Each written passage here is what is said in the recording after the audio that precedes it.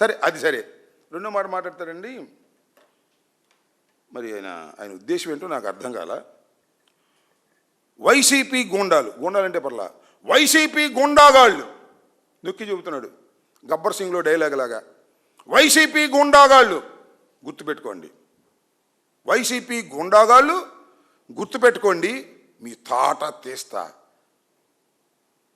మీరు తాట తీస్తే తీయించుకోవడానికి సిద్ధంగా ఉన్నావా? అసలు వైసీపీలో గూండాలు ఎవరు ఉన్నారు? మీ పార్టీలో కదా గూండాలు ఒకళ్ళు ఇద్దరు ఉంది.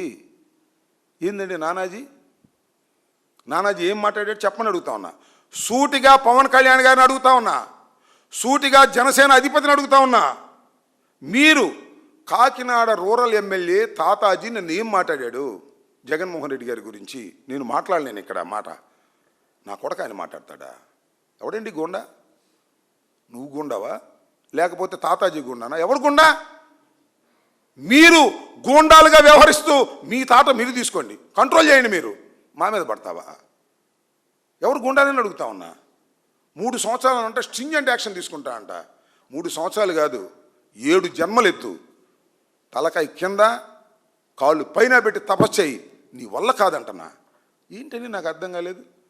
మితిమీరిన మాటలు మాట్లాడుతున్నారు, చౌకబారు మాటలు మాట్లాడుతున్నారు. ధర్మమేనా ఇది?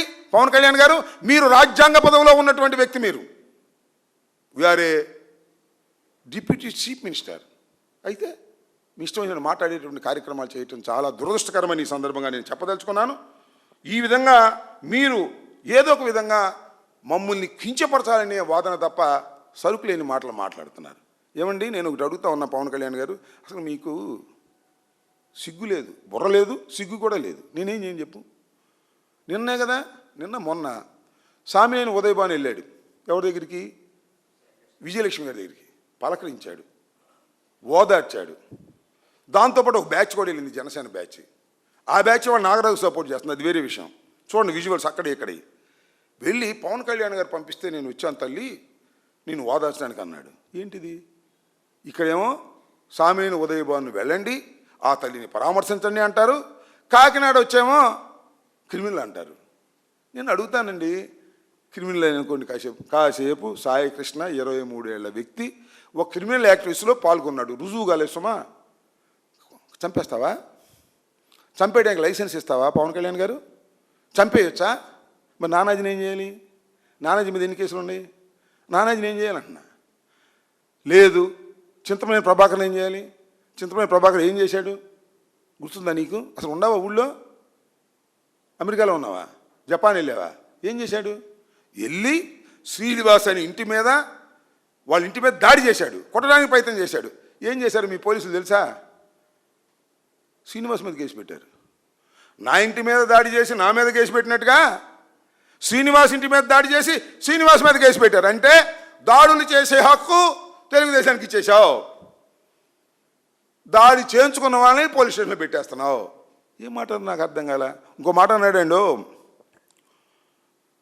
నేను హోంమంత్రిగా లేకపోవటం క్రిమినల్స్ అదృష్టం, ఈయన హోంమంత్రిగా ఉంటే క్రిమినల్స్ అందరూ దురదృష్టవంతులు, అందరినీ కొట్టి పడేసేవాడు, అందరినీ జైల్లో పెట్టేసేవాడు. అదేగా మీ అభిప్రాయం? అంటే ఇప్పుడున్న హోంమంత్రి ఏం పనికి మాలిందని నాకు అర్థం కాల. ఇప్పుడున్న హోంమంత్రి గారు ఉన్నారు కదా, గౌరవనీయులైనటువంటి అనిత గారు, ఆమె వాళ్ళ అదృష్టమా? ఆమె ఉంటాం క్రిమినల్స్ అదృష్టమా? ఆమె ఏం చేయట్లేదా?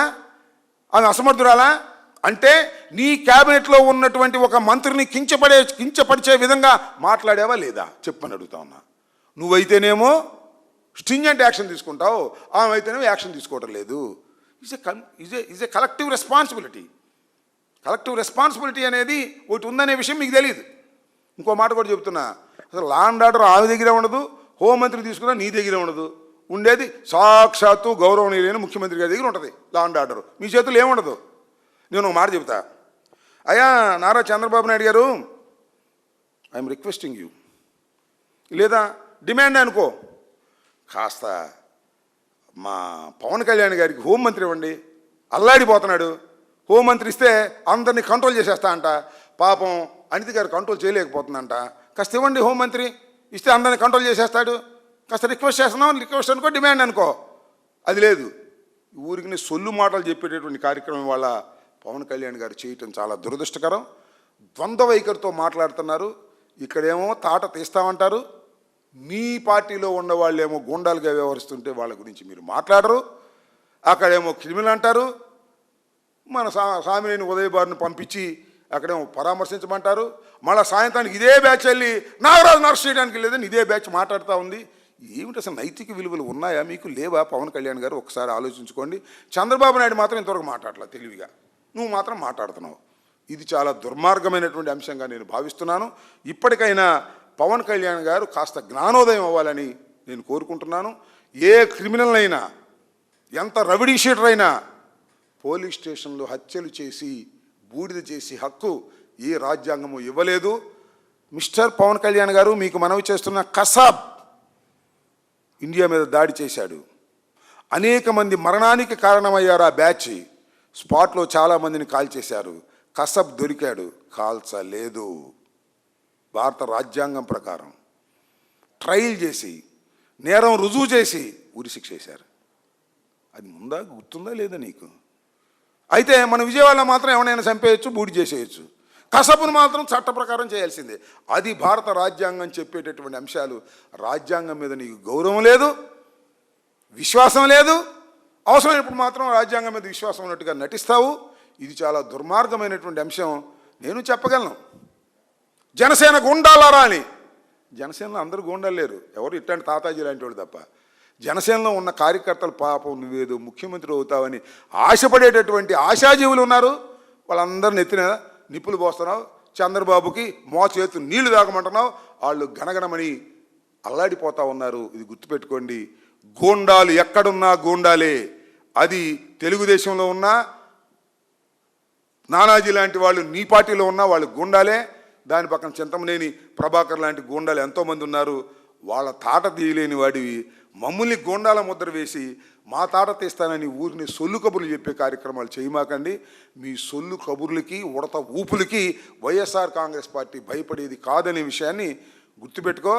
ఇలాంటి పిచ్చి పిచ్చి వేషాలు వేస్తే, ఇలాంటి పిచ్చి పిచ్చి మాటలు మాట్లాడితే స్ట్రింజెంట్ యాక్షన్ నీ మీద తీసుకుంటారు ప్రజలు, మేం కాదు. గుర్తుపెట్టుకో. అధికారంలో ఉన్నామని అహంకారంతో వ్యవహరించొద్దని కూడా ఈ సందర్భంగా నేను చెప్పదలుచుకున్నాను.